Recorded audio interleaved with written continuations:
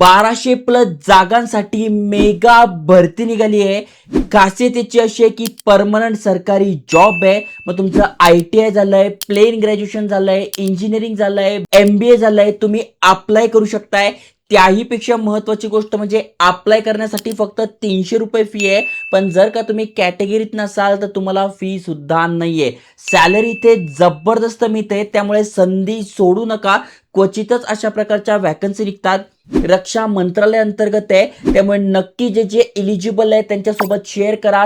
तुम्ही इलिजिबल असेल तर अप्लाय करा. आता आपल्याला काय समजून घ्यायचंय ते कशा प्रकारे अप्लाय करायचं, वयाची अट काय, शिक्षण काय पाहिजे, संपूर्ण माहिती तुम्हाला आजच्या व्हिडिओत समजून सांगतोय. स्टडी मटेरियल, यस अभ्यास करायचा ते स्टडी मटेरियल सुद्धा सांगणार आहे. त्यामुळे नक्की चॅनल सबस्क्राईब करा, मित्रांसोबत शेअर करा. आता डायरेक्ट ऑफिशियल वेबसाईट नोटिफिकेशनवर जाऊन संपूर्ण माहिती समजून सांगतो.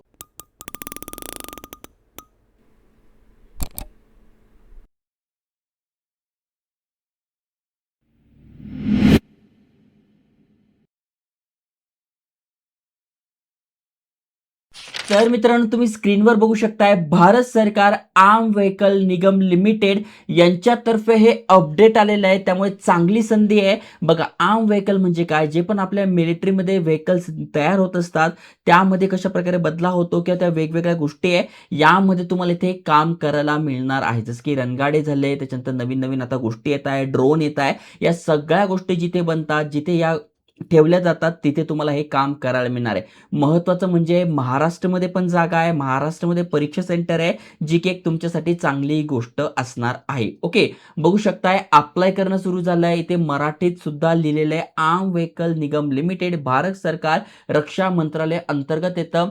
इथे PDF अप्लाय लिंक दिले. अप्लाय कसं करायचं, तर ऑलरेडी अकाउंट असेल तर इथे लॉग इन करून आपण अप्लाय करू शकतोय, किंवा नवीन असाल तर इथे आपल्याला संपूर्ण फॉर्म भरून घ्यायचा आहे. त्यानंतर आपण इथे अप्लाय करू शकतोय. ओके, आणि ही यांची ऑफिशियल नोटिफिकेशन आहे. यामध्ये संपूर्ण माहिती दिली आहे.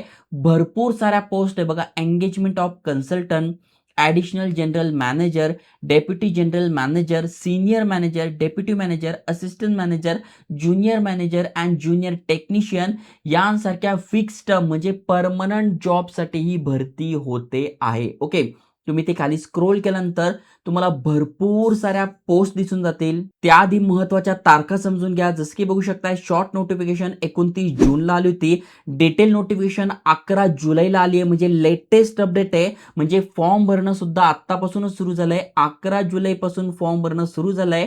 25 जुलैपर्यंत आपण अप्लाय करू शकतोय. म्हणजे जवळपास फक्त आता 10च दिवस आपल्या हातात आहे फॉर्म भरण्यासाठी. त्यामुळे तुम्हाला घाई करायची आहे. डॉक्युमेंट कुठले लागणार आहे सगळी माहिती समजून घ्या. ओके, आता नंबर ऑफ वॅकन्सी किती आहे, तर व्हिडिओच्या सुरुवातीलाच तुम्हाला सांगितलं 1200 प्लस वॅकन्सी आहे. म्हणजे नॉन एक्झिक्युटिव्ह ज्युनियर टेक्निशियनसाठी 1005 जागा आहे. मॅनेजर लेवलसाठी 208, म्हणजे टोटल 1213 जागा असणार आहे. आता आपण कॅटेगरीनुसार बघू. म्हणजे तुम्ही ओपन कॅटेगरीत आहात, SC मधून आहात, ST मधून आहात, OBC मधून आहात, EWS मधून आहात, तर कोणासाठी किती वॅकन्सी आहे. तर ज्युनियर टेक्निशियन ज्यांचं इलेक्ट्रिकल झालंय त्यांच्यासाठी बघू शकताय 15, 6, 8, 3 म्हणजे टोटल 32 जागा आहे. त्याच्यानंतर इथे बघा हे युनिट आहे. म्हणजे यांचे जे युनिट आहे या वेगवेगळ्या ठिकाणी, मग कुठल्या युनिटसाठी किती जागा आहे. म्हणजे इलेक्ट्रिशियनसाठीच 15 प्लस 22, ओपनसाठी SC साठी 6 प्लस 8, ST साठी 3, OBC साठी 8 प्लस 14, EWS साठी 3 प्लस 5, अशा 32 आणि 52 टोटल जागा इलेक्ट्रिशियनसाठी. ओके, त्याच्यानंतर ज्युनियर टेक्निशियन इलेक्ट्रॉनिक्स अँड मेकॅनिक्ससाठी 19 प्लस 14, 7 प्लस 4, 2, 10 प्लस 7, त्याच्यानंतर 4 आणि 2 6, आणि 40 आणि 29 अशा टोटल जागा या इलेक्ट्रॉनिक मेकॅनिक्ससाठी. त्याच्यानंतर बघू शकता पुढची जी पोस्ट आहे त्याच्यासाठी किती जागा आहे. त्याच्यानंतर ज्युनियर टेक्निशियन फिटर जनरल यासाठी पण बघू शकताय. टोटल इथे 3 वेगवेगळे डिव्हिजन आहे.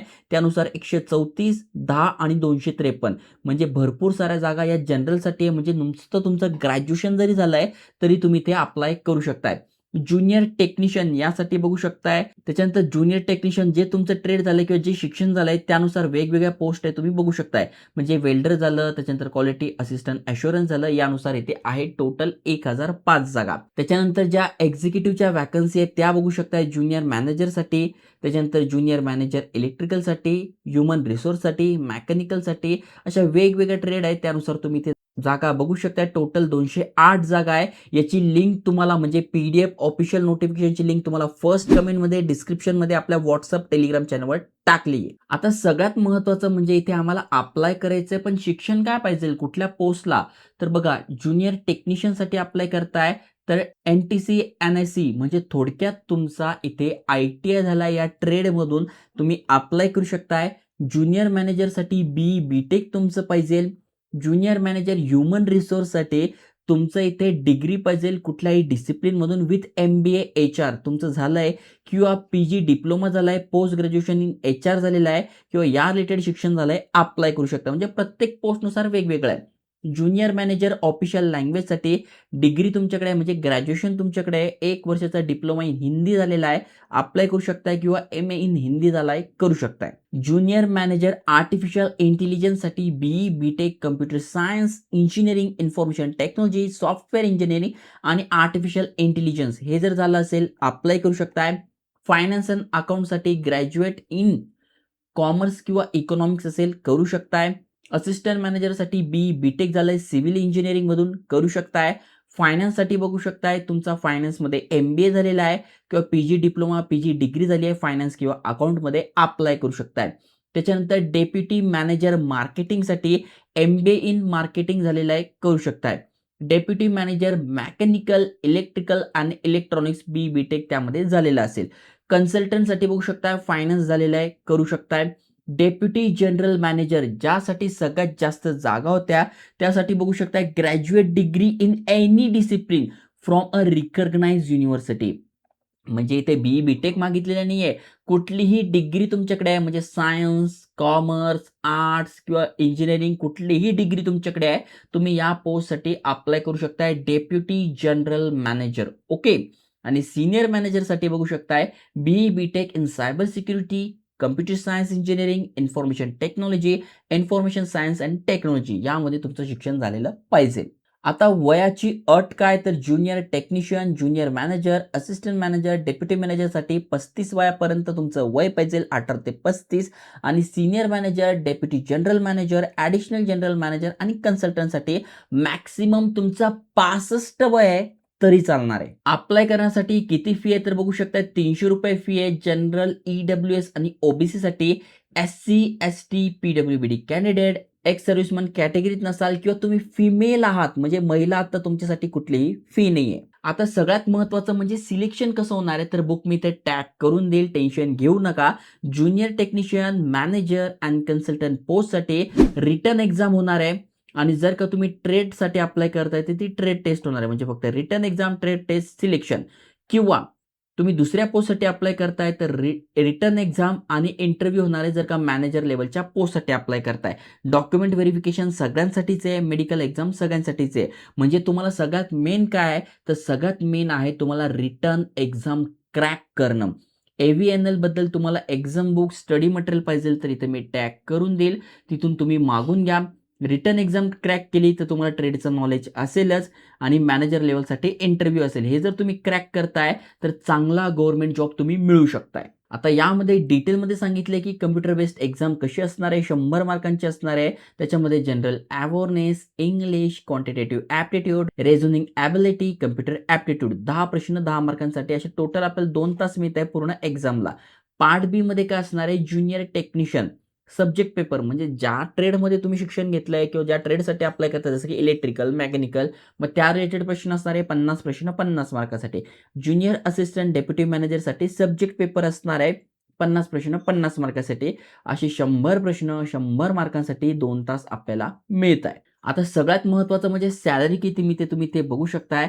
सॅलरी आपल्याला ₹1,29,000 प्रति महिन्यापर्यंत मिळते. म्हणजे ज्युनियर टेक्निशियन पासून आपल्याला ₹25,000 स्टार्टिंग होते, ती आपल्याला जवळपास ₹1,30,000 पर्यंत जाते. यामध्ये भरपूर सारे अलाउन्सेस तुम्हाला मिळतात, त्याच्यानंतर भरपूर सारे बेनिफिट मिळतात. गव्हर्नमेंट जॉब आहे, डिफेन्स अंतर्गत आहे, तर तुम्हाला माहिती आहे भरपूर सारे बेनिफिट असतात. त्यामुळे चांगली संधी आहे. जे जे एलिजिबल आहे त्यांनी अप्लाय करा. अप्लाय लिंक तुम्हाला डिस्क्रिप्शनमध्ये मिळून जाईल. ऑलरेडी अकाउंट असेल तर लॉग इन करा, नसेल तर तुम्हाला हा फॉर्म भरून घ्यायचा आहे, ज्यामध्ये तुम्हाला तुमचं नाव म्हणजे कुठल्या पोस्टसाठी अप्लाय करताय आधी ते सिलेक्ट करून घ्या.